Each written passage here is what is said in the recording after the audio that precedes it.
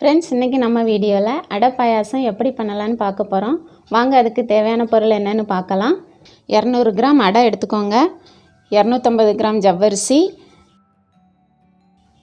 250 gram வெல்லம், ஒரு 5-6 ஏலக்காய் எடுத்துக்கோங்க.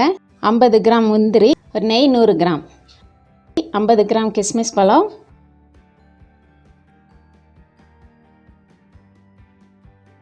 வாங்க நம்ம எப்படி செய்யலான்னு பார்க்கலாம்.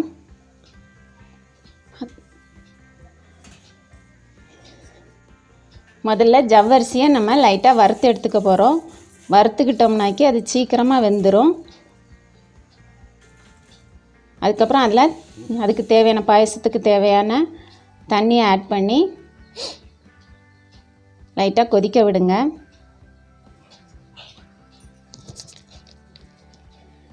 அது கொதித்ததும்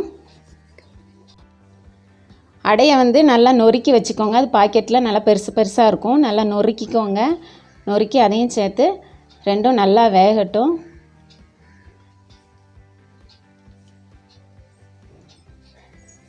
நல்லா வெந்ததுக்கப்புறம் நம்ம அச்சு வெல்லத்தை நல்லா நொறுக்கி வச்சு அதையும் ஆட் பண்ணிக்கலாம்.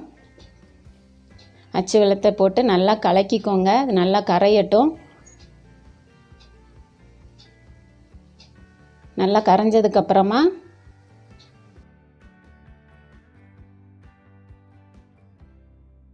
ஏலக்காவை நல்லா பொடி பண்ணி வச்சுட்டு அதையும் ஆட் பண்ணிக்கோங்க. நல்லா ஒரு 5 நிமிஷம் நல்லா கொதிக்கட்டும்.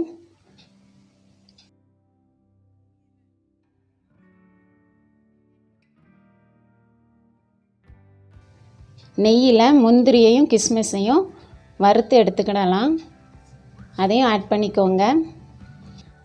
இதுக்கு இன்னொரு பேர் அடை பிரதம பாயாசம்னு சொல்லுவாங்க. இது அவ்வளோ டேஸ்ட்டாக இருக்கும். கேரளா சைடு போனீங்கன்னா இதுதான் ரொம்ப ஸ்பெஷல். கல்யாண வீட்டில் சாப்பாடு முடிஞ்சதும் எப்போ அடை பாயாசம் தருவாங்கன்னு எல்லோரும் வெயிட் பண்ணிகிட்டு இருப்பாங்க. இது அவ்வளோ டேஸ்ட்டாக இருக்கும். இதை நம்ம வீட்டிலையே செஞ்சு பார்க்கலாம். வாங்க பாருங்கள், எல்லாம் ரெடி ஆயிடுச்சு.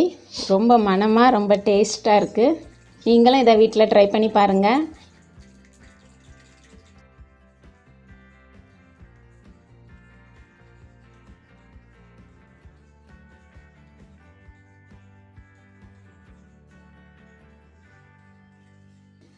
இது நம்ம பழம் அப்பளம் பொரித்து வச்சு இதை சாப்பிட்டோம்னா இதையும் சேர்த்து ஆட் பண்ணி சாப்பிட்டா ரொம்ப டேஸ்ட்டாக இருக்கும். எப்படி இருந்துன்னு கமெண்ட் பண்ணுங்கள். மறக்காமல் என்னோடய சேனலை சப்ஸ்கிரைப் பண்ணுங்கள். மீண்டும் இன்னொரு ரெசிபியோடு உங்களை சந்திக்கிறேன். பாய்.